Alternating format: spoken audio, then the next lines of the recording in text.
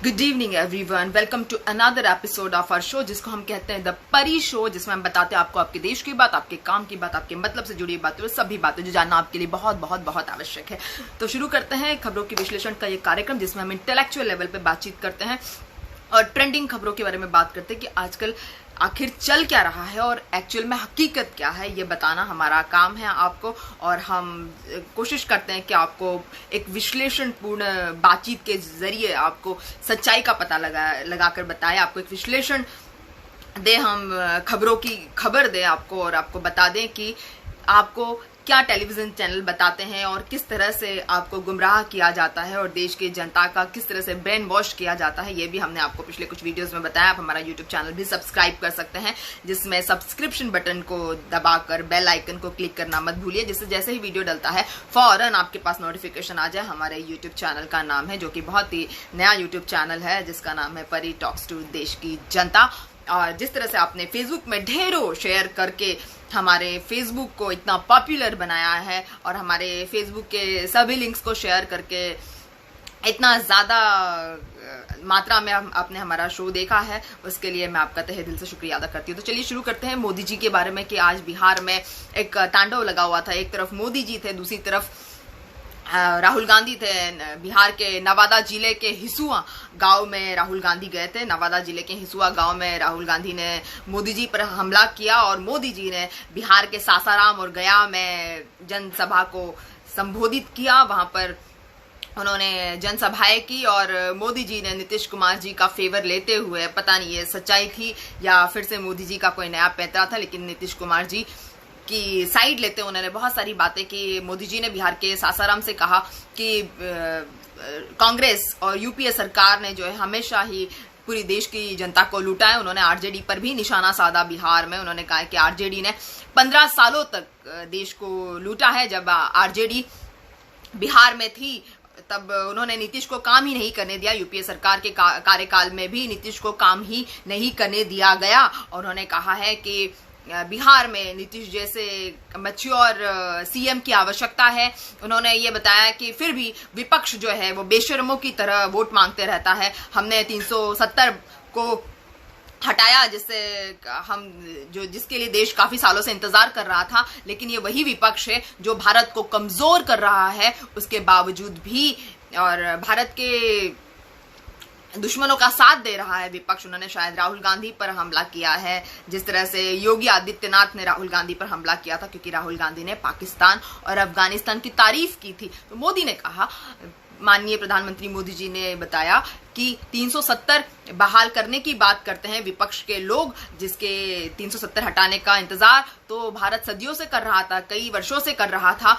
ऐसे बेशर्मों को वोट मांगते शर्म नहीं आती, मतलब विपक्ष पर, यूपीए पर और आरजेडी पर उन्होंने निशाना साधा। उन्होंने बताया कि लालटेन की अब बिहार की जनता को जरूरत नहीं है। उन्होंने बताया कि इनकी इतनी हिम्मत कि बिहार की जनता से वोट मांगे, ये तो बिहार की जनता का अपमान है कि बिहार की जनता से वोट मांगते हैं विपक्ष के लोग, यूपीए की सरकार के लोग।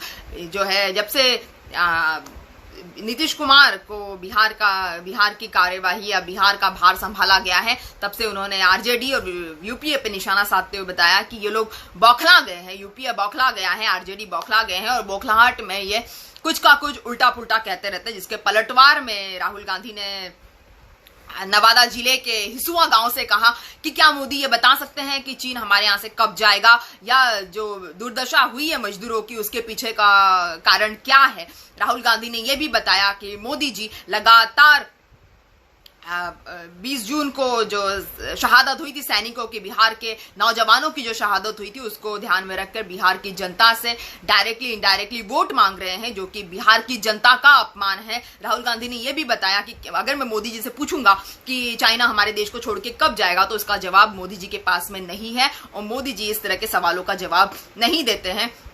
370, पुलवामा, लद्दाख का गालवान घाटी और कश्मीर के मुद्दे जो मोदी जी के मात्र मुद्दे हैं, जिनका उपयोग मोदी जी वोट मांगने के लिए करते हैं, तो मोदी जी को शर्म आनी चाहिए। राहुल गांधी ने पलटवार किया। साथ ही साथ आरजेडी के नेता और सीएम उम्मीदवार तेजस्वी यादव ने भी पलटवार किया। तेजस्वी ने बताया कि बिहार को संभालने के लिए नीतीश लायक नहीं है, नीतीश से बिहार नहीं संभल सकता। उन्होंने बताया कि नीतीश ने और मोदी सरकार ने मिलकर बिहार का और बिहार के नौजवानों का सब कुछ छीन लिया। बिहार में जो था वो सब कुछ छीन लिया। बिहार में आज ना ही उद्योग है, ना ही शिक्षा है, ना ही स्वास्थ्य है, ना ही किसी तरह की इंडस्ट्रीज है। इसका जिम्मेदार सिर्फ नीतीश कुमार ही है। उन्होंने बताया कि जिसने 15 साल कुछ नहीं किया उसको 5 साल का समय और नहीं देना चाहिए। बिहार में सिर्फ घूसखोरी है और बिहार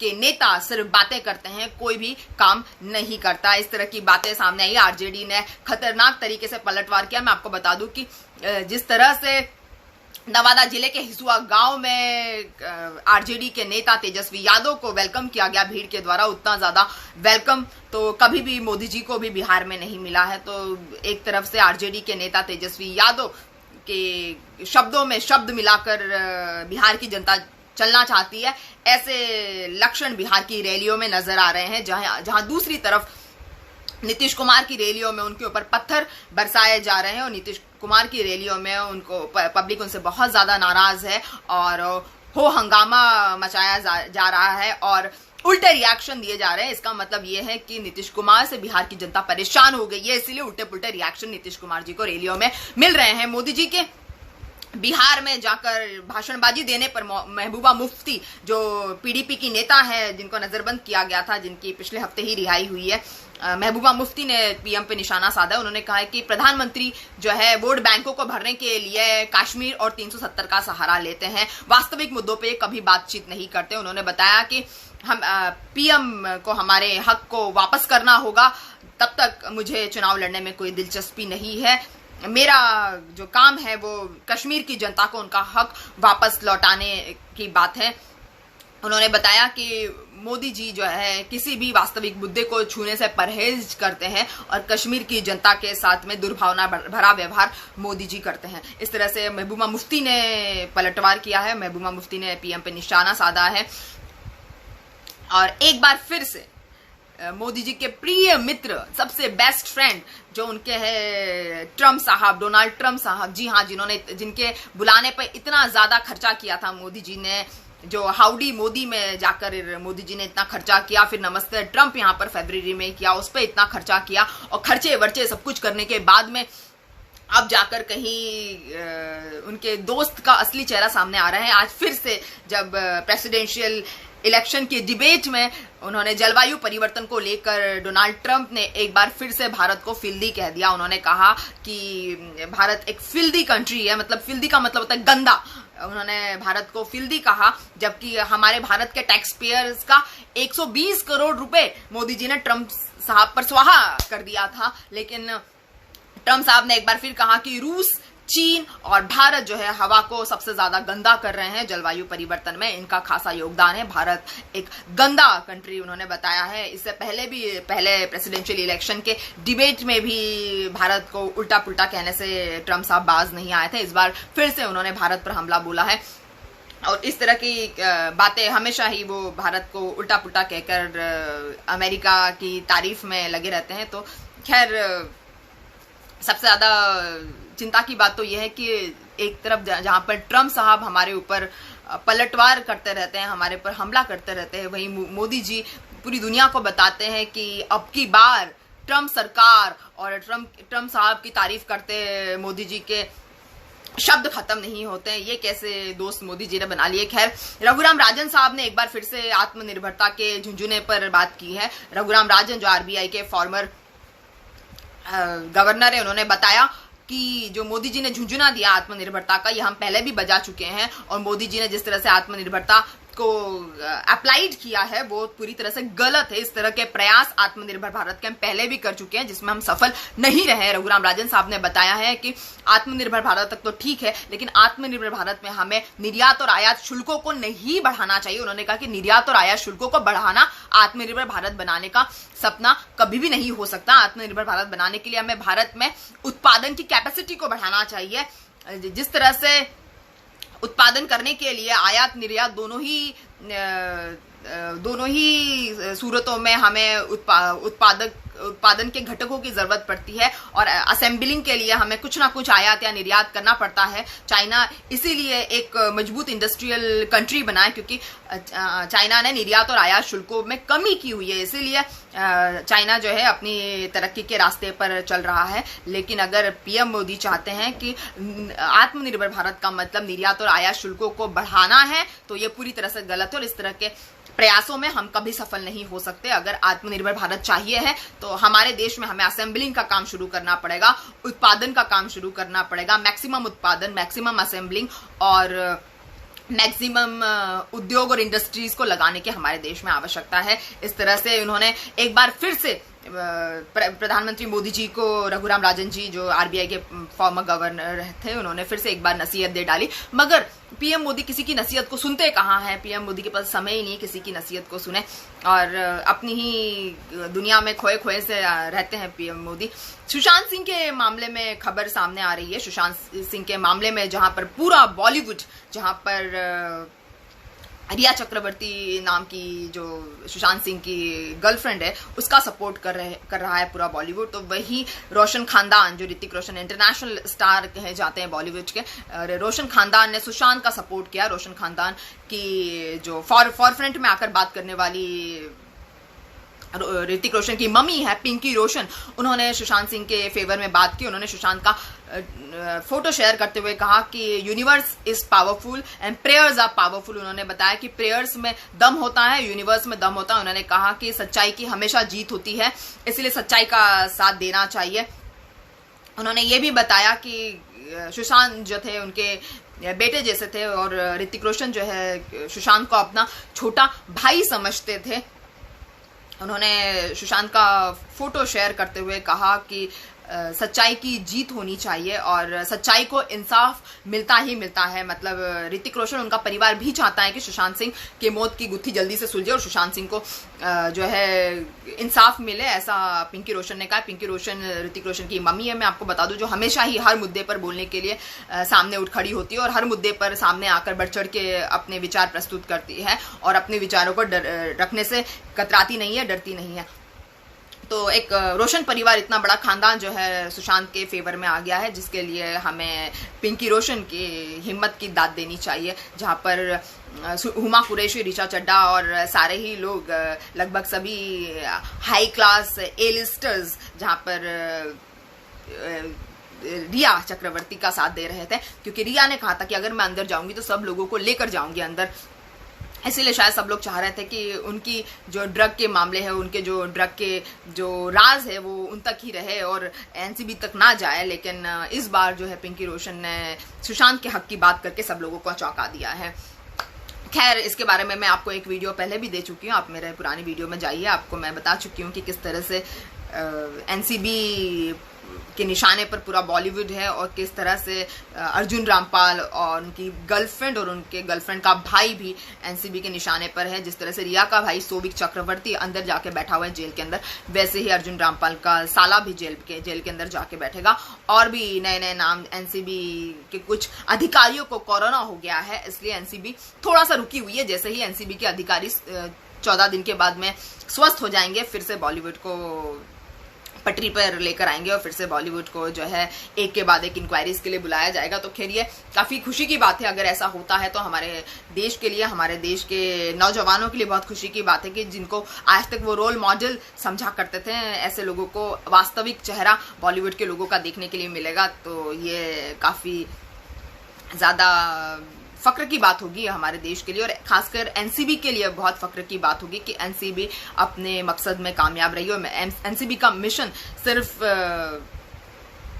क्रिमिनल्स को और ड्रग सेवी लोगों को पकड़ना नहीं है, बल्कि लोगों को ड्रग से बचाना भी एनसीबी का काम है और जो मासूम लोग हैं उनको ड्रग से सुरक्षित रखना भी एनसीबी का काम है, ऐसे एनसीबी के अधिकारियों का बयान है। जैसे ही एनसीबी के अधिकारी कोरोना से ठीक होंगे, फिर से बॉलीवुड में एक इंक्वायरी का सिलसिला चलेगा, जिसमें बड़ी बड़ी मछलियां जो है एनसीबी की चपेट में आने के आसार है और एनसीबी के चपेट में आएंगे ही आएंगे। लेकिन हमें अपनी बातचीत को जारी रखना है, हम ज्यादा इसमें नहीं घुसेंगे। बताया जाता है कि जब सुशांत को जब सुशांत का शव बाहर निकाला गया और कूपर हॉस्पिटल में पोस्टमार्टम के लिए जा रहा था, उस समय एक वाइट गाड़ी सुशांत के घर के बाहर थी जो दूर से टकटकी लगाकर सुशांत की घर की सारी एक्टिविटी को जज कर रही थी। एक वाइट कलर की कार ने सुशांत को कूपर हॉस्पिटल तक फॉलो किया था और वहां जाने के बाद में अनजाने की तरह ये वाइट कार गायब हो गई, जिसको लेकर इंक्वायरी चल रही है महाराष्ट्र में कि वो वाइट कार एक्चुअली किसकी थी और ऐसा कौन था जो करीबी भी नहीं था लेकिन जो बहुत ज्यादा इंटरेस्टेड था ये सब देखने में, और जो सुशांत को बाहर लाते हुए देखकर और ये सब कुछ चीजें देखकर कुछ ना कुछ जो है प्लानिंग को रिवीजन कर रहा था या प्लानिंग के बारे में फक्र महसूस कर रहा था, या तो सुशांत के बारे में जानकर या सुशांत के घर की एक्टिविटीज को कहीं पर कन्वे कर रहा था। कुछ ना कुछ ये वाइट कार का कनेक्शन है। जैसे ही मुझे पता चलता है मैं आप लोगों को जरूर बताऊंगी। आप लोग मेरे YouTube चैनल में जाकर पुराने वीडियोस को देख सकते हैं, मैंने काफी ज्यादा इस बारे में बातचीत की है। आगे चलते हैं कि दोस्तों सबसे ज्यादा इम्पोर्टेंट चीज जो है पुराने जमाने में कहा जाता था, या हमारे सुभाष चंद्र बोस जो हमारे फ्रीडम फाइटर रहे हैं, क्रांतिकारी नेता रहे हैं, सुभाष चंद्र बोस एक बहुत ही महान क्रांतिकारी नेता थे जिन्होंने महान महान नारे दिए हैं।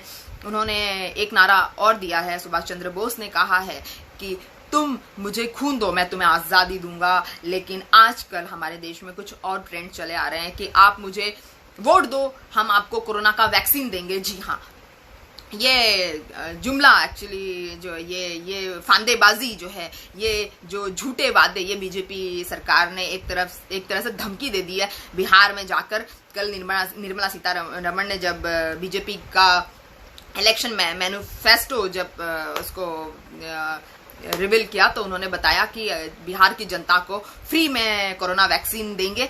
वो कोरोना वैक्सीन जो अभी तक मार्केट में आई ही नहीं है, अब तक बनी ही नहीं है, ऐसी कोरोना वैक्सीन जो है निर्मला सीतारमण जी जो है मार्केट में जाकर बोल रही है कि हम आपको फ्री वैक्सीन देंगे। ये तो एक तरह से धमकी है, मतलब जो बीजेपी को वोट नहीं देंगे, जो राज्य, उन राज्यों में कोरोना वैक्सीन नहीं मिलेगी। तो एक तरह से निर्मला सीतारमण जी ने ये एक तरफ से धमकी दे दी है सभी राज्यों में जहां भी विधानसभा चुनाव है कि अगर आप हमें बीजेपी को वोट देंगे तभी आपको कोरोना वैक्सीन मिलेगी, अदरवाइज आपको कोरोना वैक्सीन के हाई फाई प्राइस आपको पे करनी पड़ेगी। अगर आपको फोकट में आपको चाहिए है कोरोना वैक्सीन तो आपको बीजेपी को वोट देना बहुत ज्यादा जरूरी है। मतलब मुझे समझ में नहीं आता क्यों मतलब इस तरह से निर्मला सीतारमण जैसी औरतें आके मार्केट में ऐसी उल्टी सीधी बयानबाजी हर बार क्यों कर देती हो। बीजेपी के नेताओं को हमेशा ऐसी उल्टी पुल्टी बयानबाजी करने की जरूरत क्यों पड़ती है। मतलब कोरोना वैक्सीन देना तो सेंट्रल का काम है। मतलब अगर आरजेडी की सरकार बन जाए, महागठबंधन की सरकार बन जाए, यूपीए की सरकार अगर बन जाए तो भी, तो यूपीए की सरकार तो हालांकि बन नहीं सकती, यूपीए की सीटें कम है वहां पर,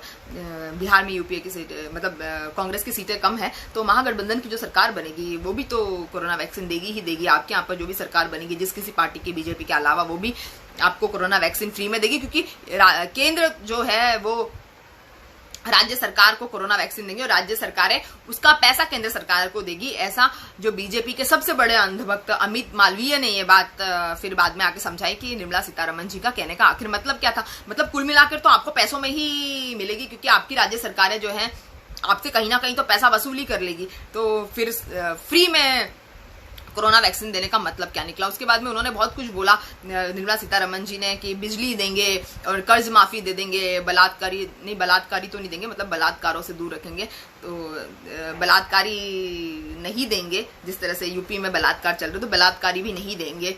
और उन्होंने कहा है कि सबको जो है प्रशिक्षण दिया जाएगा, प्रशिक्षण का मतलब तकनीकी प्रशिक्षण दिया जाएगा, उद्योग प्रोवाइड किए जाएंगे, 19 लाख जो है उद्योग प्रोवाइड किए जाएंगे। जहां पर बीजेपी के बड़े बड़े नेताओं ने बाहर निकल कर ये कहा था कि 10 लाख नौकरियां, जब आरजेडी के सीएम उम्मीदवार तेजस्वी यादव ने कहा था कि पहली कैबिनेट बैठक में 10 लाख की नौकरियों के दस्तावेज पे साइन करूंगा, तो जिस पर बीजेपी ने लंबा चौड़ा भाषण आरजेडी के नेता तेजस्वी यादव को कह दिया था कि जब बिहार में अभी 12 लाख नौकरियां बहाल है बिहार में, तो 12 लाख नौकरियों के लिए ही बिहार सरकार को 52,000 करोड़ का बजट बनाना पड़ता है। तो और अगर तेजस्वी यादव 10 लाख नौकरियां और ऐड कर देंगे तो टोटल 10 लाख नौकरियों का और 58,000 करोड़ जो है और बढ़ जाएगा। तो इतना पैसा बिहार की सरकार के खजाने से कैसे आ पाएगा और बिहार की सरकार का खजाना ऐसा भार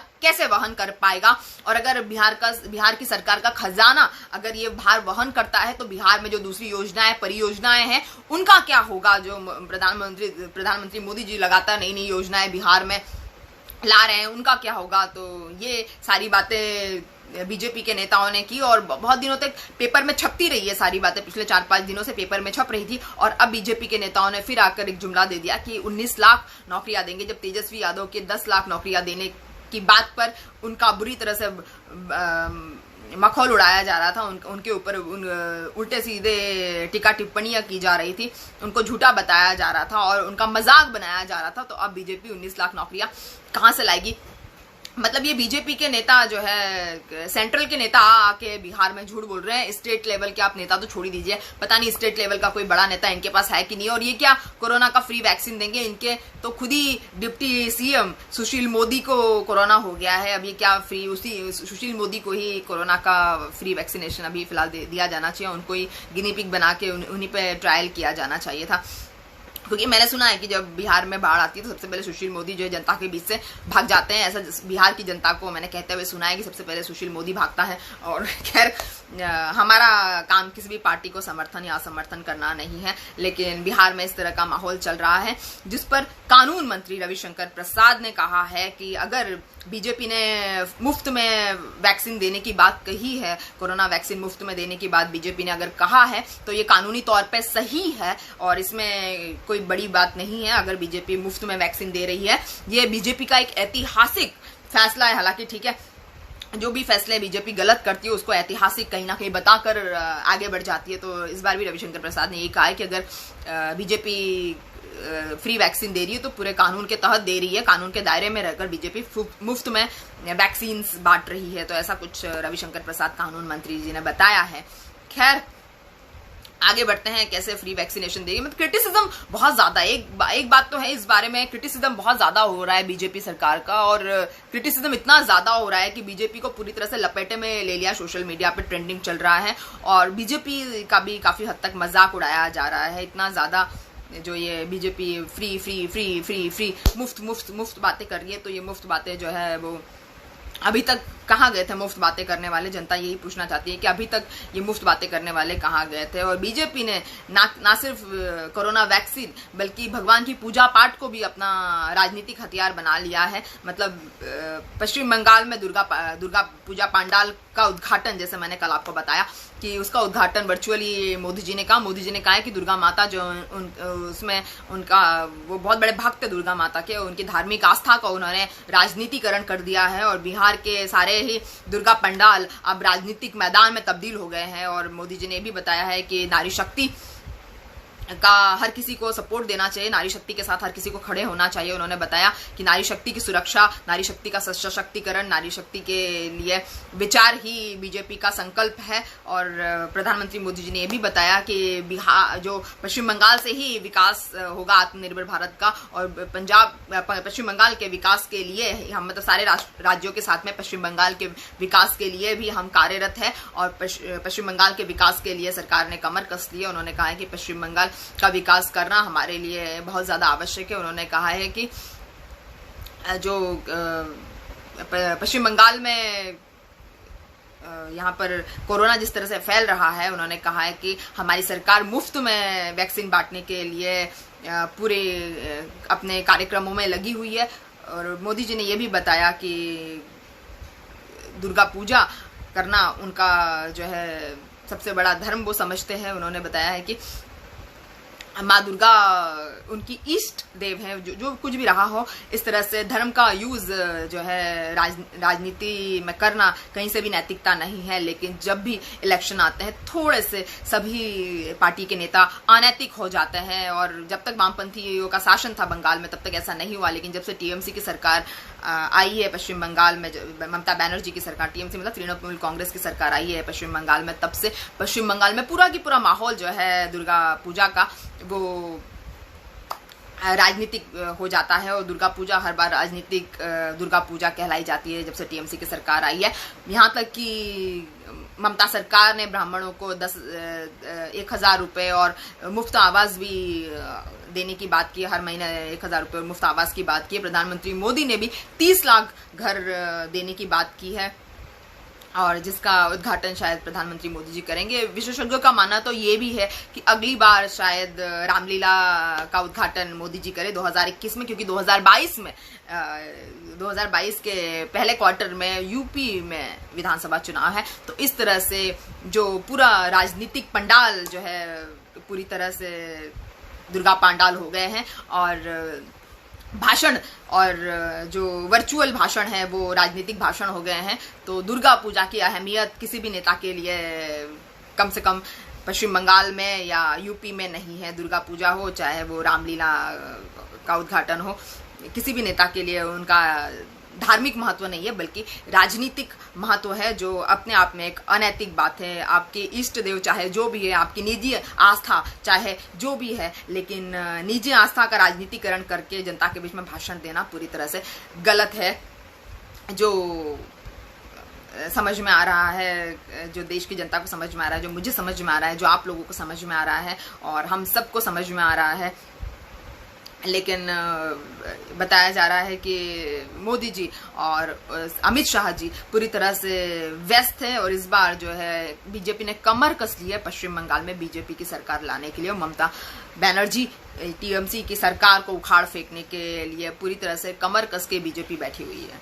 तो आज के लिए इतना ही, और भी अपडेट्स है जिसके बारे में मैं आपको कल बताऊंगी। आप जितना ज्यादा हो सके हमारे वीडियोस को शेयर कीजिए और अपने फ्रेंड्स और फैमिलीज को भी सजेस्ट कीजिए, जिससे हम एक बुद्धिजीवी समाज का निर्माण कर सकें।